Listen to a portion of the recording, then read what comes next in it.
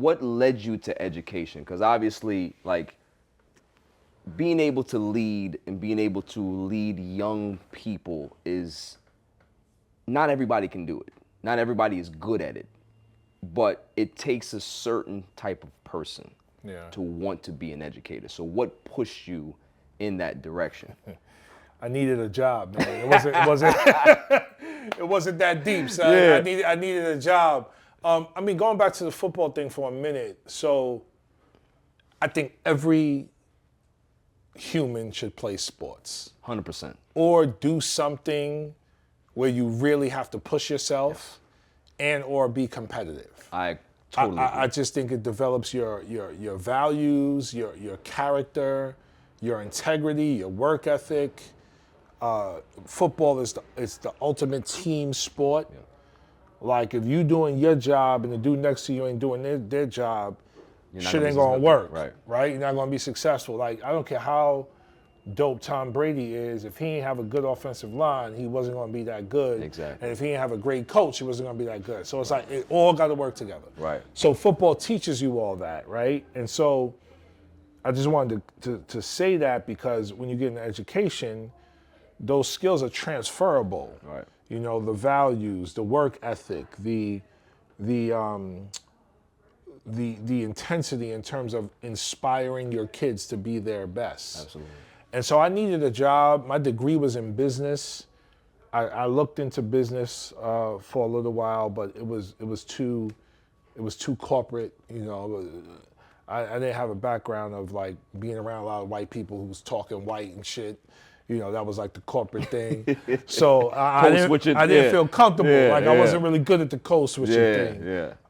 And also, like, you know, looking back, right, you need like role models to kind of show you, like, help you transition into being a professional. I really didn't have that. You know what I mean? In terms of from the business side of things. So anyway, I needed a job, and I had a friend, one of my best friends, her mom was a kindergarten teacher. And she was like, hey, go look at the Board of Ed. So in the city, when you apply to be a teacher, when you look at it, when you consider going into education, you go, you get fingerprinted, make sure you're not, you know, a killer or nothing, and your fingerprints come back clear. Right. And then they send you to school districts to get something called a file number. And then once you get that file number, you can then go apply for jobs in schools. So I went to Harlem, ironically, got a file number there, and then I went on 2 interviews. First interview was in the Lower East Side with a bunch of, you know, progressive, you know, non-black people. And it was a round table interview, a bunch of people sitting around a rectangular table, and asked me one question. It was like, what's your philosophy of education? I had no idea. I'm like, I just need a job, yo. You're asking me about philosophy. You're asking too much. I don't even know what you're talking about, son. So I was speechless. And it was like, thank you for coming in. I left. That was my first interview. Wow. One question, you're out of here. My second interview was in the South Bronx, District 9, principal. By the way, let me tell you how dysfunctional public education was at this time. This principal was principal of 3 schools at the same time. How's that even possible? It's not possible. It's insanity. Which, again, we could do a whole nother conversation on education alone. Right. But anyway, she sees me walk in. It's a job fair. She sees me walk in, and she takes one look at me, and she says, are you ready? And I say, yes. And she hires me on the spot. Wow. So think about that contrast. Right. Right? You have one school district that was much more buttoned up and had their shit together a little bit, so they knew what they was looking for. Right. You know what I'm saying? I didn't fit there. You had another school district that wasn't as buttoned up, but they knew what they was looking for as well. They was looking for, like, black men, Yes. you know, to come teach these young black and brown kids. And so when she saw me, she said, are you ready? I was like, yeah. So she hired me, and then I went to, the first day I went to the school, we had like, back then we had like 2 training days before we started teaching. And as soon as I walked in, man, I felt like this is where God wanted me to be.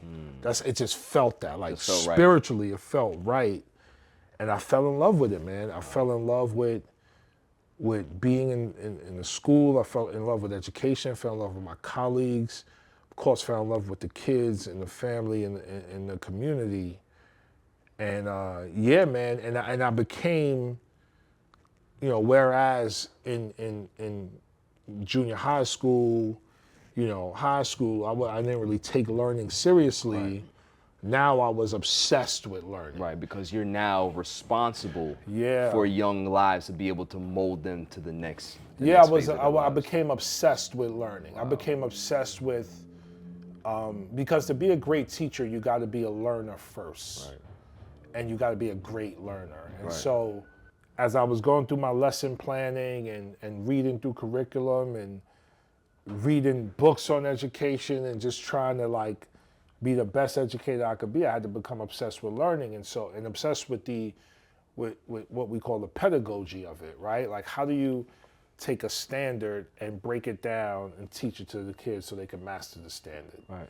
So I just became obsessed with that, and I got into grad school because you had to get a master's to stay in education, and again, I just as a matter of fact, just real quick, I had a very bad undergrad GPA, and again, I was never applying myself. I was football and hanging out, and because my GPA was so poor, it was hard to get into grad schools. Like grad schools wouldn't even let me in. And I started getting pissed. I'm like, yo, I'm mad smart. Like, what the hell's wrong? Right. What the hell they doing? Not letting Not me realizing in. that. Not Listen, realizing. they're looking at the but it was my transcript. fault because Yeah. I never showed improved before. So I was like, all right. So Mercy College let me in on probation. Wow. I was like, I'm a killer. I'm gonna let y'all know, like, I had something to prove, Right. basically. And so I got in and I graduated with like a 3.5, and that's with an F on my transcript. Wow. Because I just got tired, whatever. But like I had like all A's and like a couple A minuses, and then that one F threw my shit off. Anyway, but I just became obsessed, man. Like not just in grad school, but outside of grad school. I had this one friend, shout out to E. Mark Lewis. I would run into him from time to time. He used to sell insurance. And he used to joke with me. He used to be like, yo, every time I see you, you got a book in your hand. So yeah, like I just became obsessed, man, and to try to be the best teacher I could be. That's what led to me, getting a master's in counseling, but then ultimately becoming a school principal. Wow. So becoming a school principal, obviously that's a bigger responsibility, right? Yeah. How was that? Yeah. How do I describe it? Yeah, responsibility, it's even bigger than that, man. It's accountability. It's like, so, I taught in elementary schools and in elementary school for like 5-6 years. I taught 4th grade, I taught math, I was a crisis intervention teacher, I did a lot of different things there. And then I went to be a guidance counselor and dean of students at this high school.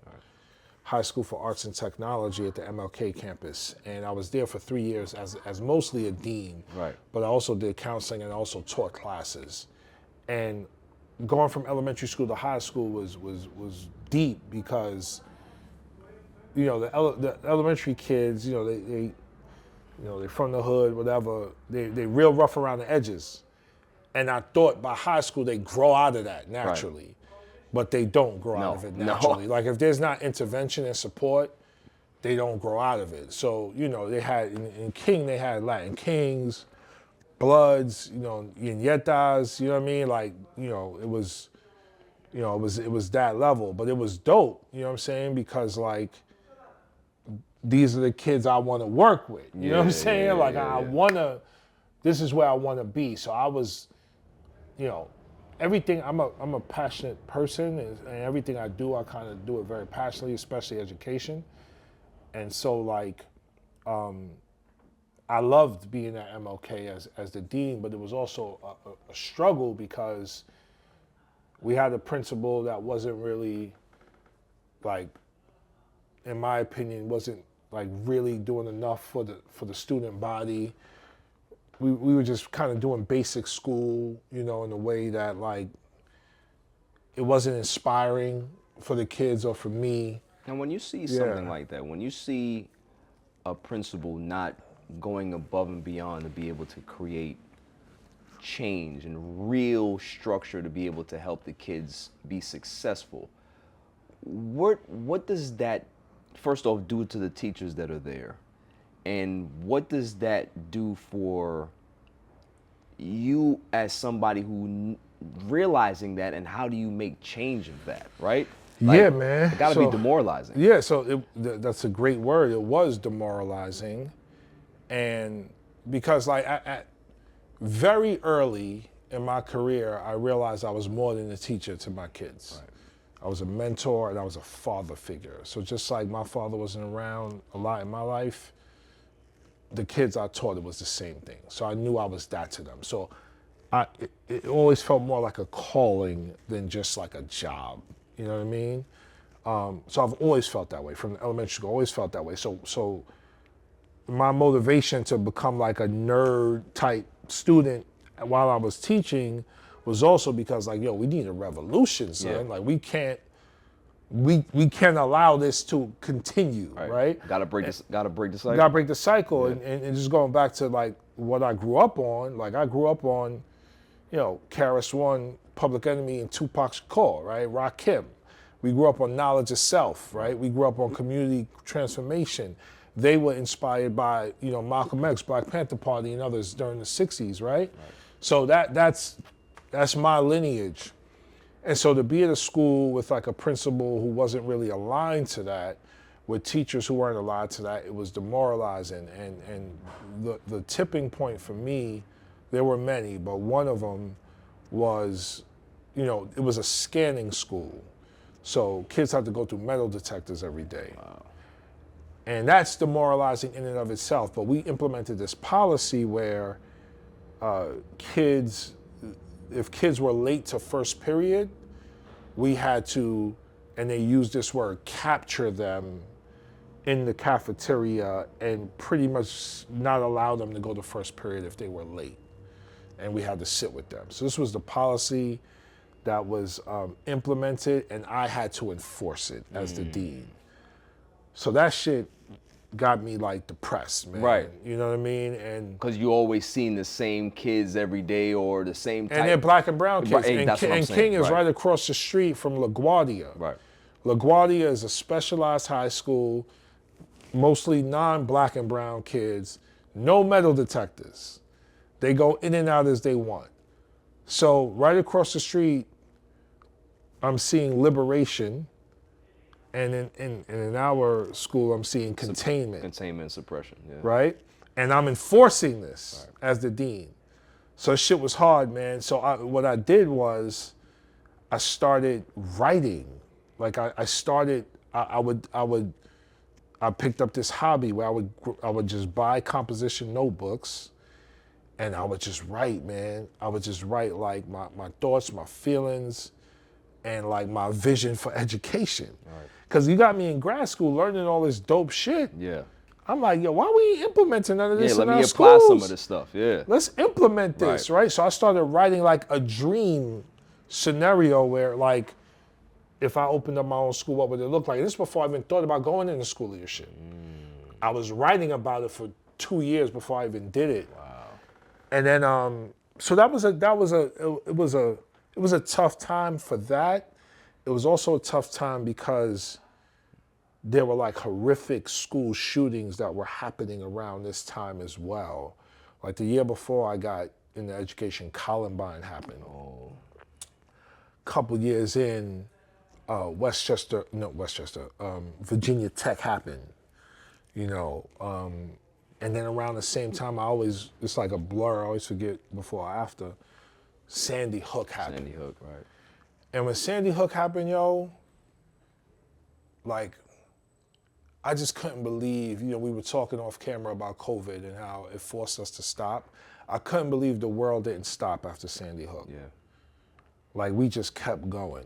Yeah, I think at that point, we got so numb to it and it wasn't even, we didn't have so many of them, but like the typical news cycle was, everybody's upset, outraged, and we get, thoughts and prayers, and then 2 months later, it's crazy. But yes, but to be in education, it stays with you, right? It like stays with you. That my worst nightmare was someone running up in the school and shooting up the school. Right. It was like my worst nightmare, right? Yeah. Sandy Hook, though, was different because these were first graders. These were kids that were 6 years old, B. Right. I couldn't believe, like, we didn't have a national day of mourning. Nothing. We didn't do nothing, and it wasn't like 2 or 3 sixth graders. It was like 40 of them. I forget the number. It was mad. It was sixth grade. I'm lying. Yeah. These kids were 6 years old, not sixth graders. I'm messing up the history. These were 6-year-olds, first graders. Sandy Hook was a mass slaughter of first grade students, 6 years old. And we had no national day of mourning. We had no pause. We just kept it moving.